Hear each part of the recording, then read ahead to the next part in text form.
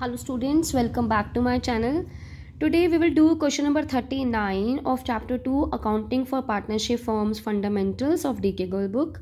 In this question we have April 1st 2018 XYZ started a business in partnership and X contributes 90,000 at first and withdraws 30,000 at the end of 6 months. Y introduces 75,000 at first, increases it to 90,000 at the end of 4 months, but withdraws 30,000 at the end of 8 months. That brings in 75,000 at first, but increases it by 60,000 at the end of 7 months. During the year 31st March 2019, they make a profit of 42,000. Show how the partners should divide this amount on the basis of effective capital employed by each partner. In this question, हमें ratio निकालना है partners का कि कैसे वो किस ratio में partners profit को डिस्ट्रीब्यूट कर रहे हैं, लेकिन वो जो हमने निकालना है on the basis of effective capital employed. तो क्या होता है ये इफ़ेक्टिव कैपिटल एम्प्लॉयड? जब इफ़ेक्टिव कैपिटल एम्प्लॉयड होता है उसमें पार्टनर कभी कैपिटल निकाल रहा है, घटा रहा है, बढ़ा रहा है, तो वो जितने टाइम के लिए अमाउंट को उसमें रखता है, बिजनेस में रखता है, उतने टाइम से उतने मंथ से उतने टाइम से उसको मल्टीप्लाई कर देते हैं कि उतने टाइम के लिए उसकी कैपिटल जो है वो बिज़नेस में यूज़ हो रही है, उसके अकॉर्डिंगली फिर उनका रेशियो निकालते हैं. लाइक पहले हम देखेंगे कि एक्स ने कितने टाइम कर कितनी कैपिटल रखी, फिर वाई ने, जेड ने उसको उनके मंथ से मल्टीप्लाई करके फिर उनकी टोटल कैपिटल निकाल के और उसका हम रेशियो निकालते हैं. यानी कि जो रेशियो हम कैलकुलेट करेंगे वो इफ़ेक्टिव कैपिटल एम्प्लॉयड के मेथड से करेंगे. इफ़ेक्टिव कैपिटल एम्प्लॉयड मेथड के लिए कैपिटल को जितने समय के लिए बिजनेस में यूज़ किया है उतने समय के साथ उसको मल्टीप्लाई करते हैं. मैं क्वेश्चन आपके सामने ही कर रही हूँ, आप मेरी वीडियो को एंड तक देखिए. आपको मैं करते हुए समझाऊंगी कि हम किस तरह से इसको मल्टीप्लाई करके किस तरह से इनकी टोटल कैपिटल निकाल के उनका रेशियो निकालेंगे. उसके बाद 42,000 के प्रॉफिट को इनके बीच में बांटेंगे, डिस्ट्रीब्यूट करेंगे. तो हम अब इफ़ेक्टिव कैपिटल एम्प्लॉयड मेथड से इनकी पहले पार्टनर्स की कैपिटल निकालेंगे, कैलकुलेट करेंगे. एक्स का हमें गिवन है, फर्स्ट वो 90,000 उसने इन्वेस्ट किया है, 90,000 इन्वेस्ट किया है और 30,000 विड्रॉ कर रहा है eight the end of 6 months. यानी कि 6 महीने तक तो उसने बिजनेस में 90,000 रखी कैपिटल, तो यानी कि 5,40,000 हम 6 से मल्टीप्लाई कर देंगे और नेक्स्ट 6 महीने के लिए उसने 30,000 विड्रॉ कर लिए. अगर वो 30,000 विड्रॉ कर लेता है तो कितनी कैपिटल हो जाएगी उसकी? 60,000. तो 60,000 उसने 6 मंथ्स के लिए रखा, यानी कि 3,60,000. तो 6 और 6 मंथ्स यानी कि पूरे साल के लिए अब जो उसकी कैपिटल रही 9 लाख, राइट. वाई का देख लेते हैं. फर्स्ट 75,000 उसने इन्वेस्ट किया पहले और उसको 90,000 तक इंक्रीज कर दिया eight the end of 4 months. यानी कि 4 मंथ्स तक तो उसने 75,000 रखा बिजनेस में.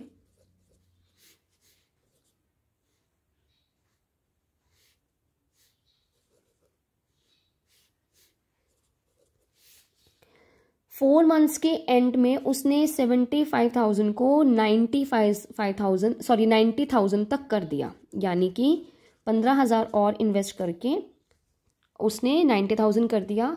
और ये जो 90,000 उसकी फॉर्म में रही है वो अगले 8 महीने उसने, अब देखो आगे लिखा है, but the withdraws 30,000 at the end of 8 months. 8वें महीने के एंड तक 30,000 पे निकाल दिए. यानी कि पहले 4 महीने तक तो उसने बिजनेस में रखी 75,000 कैपिटल, फिर उसने 90,000 कैपिटल करी चौथे महीने के एंड में, लेकिन 8वें महीने तक यानी कि नेक्स्ट 4 मंथ्स तक उसने 90,000 रखी, यानी कि 3,60,000. उसके बाद 90,000 में से उसने 30,000 निकाल दी, विड्रॉ कर ली. तो अब कितनी हो गई? 60,000 अगले 4 महीने के लिए, क्योंकि 4 महीने 8 महीने 4 महीने और बच गए. तो कितने रह गए, 2,40,000 रुपये आ गए 4 महीने के हिसाब से। तो इसकी जो टोटल कैपिटल हो गई 9 लाख वाई की भी। अब जेड का देखते हैं। स्टार्टिंग में जेड ने स्टार्ट किया है 75,000 से एट फर्स्ट। अब ये देखते हैं कितने महीने तक। जेड 75,000 फर्स्ट लेके आया, उसके बाद उसने इसको 60,000 से बढ़ा दिया, मतलब 60,000 और लेके आया है eight the end of 7 months. 7 months तक तो उसने रखी 75,000 मल्टीप्लाई 7, इसको हम इससे मल्टीप्लाई करेंगे तो ये आ जाएगा 5,25,000। अब वो 75,000 में 60,000 और अगर लेके आता है तो अब उसकी कैपिटल हो गई 1,35,000 अगले 5 महीने के लिए, क्योंकि पूरा साल 12 महीने का होता है। तो हमारा अब आ जाएगा 6,75,000।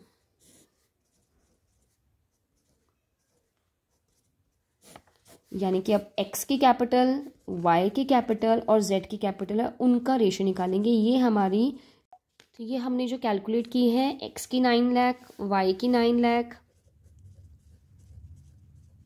और 12 लाख। ये इस तरह से हम तब करते हैं मंथ्स के साथ मल्टीप्लाई जब हमें इफेक्टिव कैपिटल निकालनी होती है, इफेक्टिव कैपिटल एम्प्लॉयड निकालना होता है।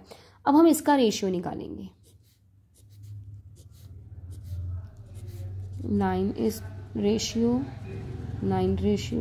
तो यानी कि 3:3। हमने अभी रेशियो कैलकुलेट किया है, उस रेशियो में हम तीनों की कैपिटल मतलब तीनों को उस रेशियो में प्रॉफिट को बांट देंगे, जिसके लिए हम बनाएंगे profit and loss appropriation account by profit, जो कि by profit and loss account, sorry, जो कहाँ से ट्रांसफ़र हुआ है, प्रॉफिट एंड लॉस अकाउंट से ट्रांसफ़र हुआ है 42,000। इस 42,000 को हम ट्रांसफ़र कर देंगे उनके कैपिटल अकाउंट में डिस्ट्रीब्यूट करके। तो यहाँ लिखेंगे to profit transferred to X capital account, Y's capital account और जेड्स कैपिटल अकाउंट। तो 42,000 will be distributed in the ratio जो अभी हमने कैलकुलेट किया 3:3:4 रेशियो। तो एक्स का आ जाएगा 42,000 का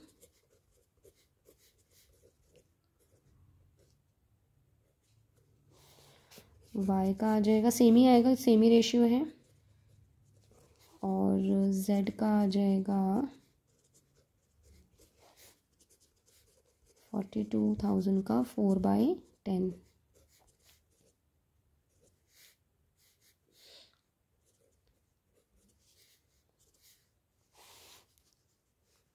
$12,600 और 16,800। तो इस तरह से हमने इफेक्टिव कैपिटल मेथड का जो हमने फॉर्मूला यूज़ किया है वो तभी यूज़ करना है जब उसमें लिखा जाएगा इफेक्टिव कैपिटल एम्प्लॉयड। तो यानी कि जो रेशियो है वो इफेक्टिव कैपिटल एम्प्लॉयड के अकॉर्डिंग कैलकुलेट करना है आपने। तो उसमें जितने मंथ्स के लिए जितनी कैपिटल वो यूज़ करेगा, जितने मंथ्स के लिए उतने अमाउंट को उससे मल्टीप्लाई कर देते, जैसे हमने इस क्वेश्चन में किया। एक्स ने पहले 90,000 लगाया, 30,000 निकाल दिया। वाई ने पहले 90,000 निकाला, लगाया, फिर 9th मंथ तक 4th मंथ के एंड तक उसने 90,000 कर दिया था, यानी कि 15,000 और लेके आ गया था। फिर उसने 8th मंथ के एंड में 30,000 निकाल दिया। जेड ने क्या किया, पहले 75,000 लेके आया था, फिर उसने उसको 60,000 से और इंक्रीज़ कर दिया। कब किया, 7th मंथ के एंड में कर दिया, यानी कि नेक्स्ट 5 मंथ्स तक उसकी कैपिटल वही रही, उसने मतलब 1,35,000 रही, राइट। तो इस तरह से हम इस क्वेश्चन को करेंगे। अगर हमें ऐसा नहीं बोला जाता है कैपिटल रेशियो निकालना होता है, तो उसमें हम कैपिटल जो गिवन होती है उसी का रेशियो निकाल देते हैं।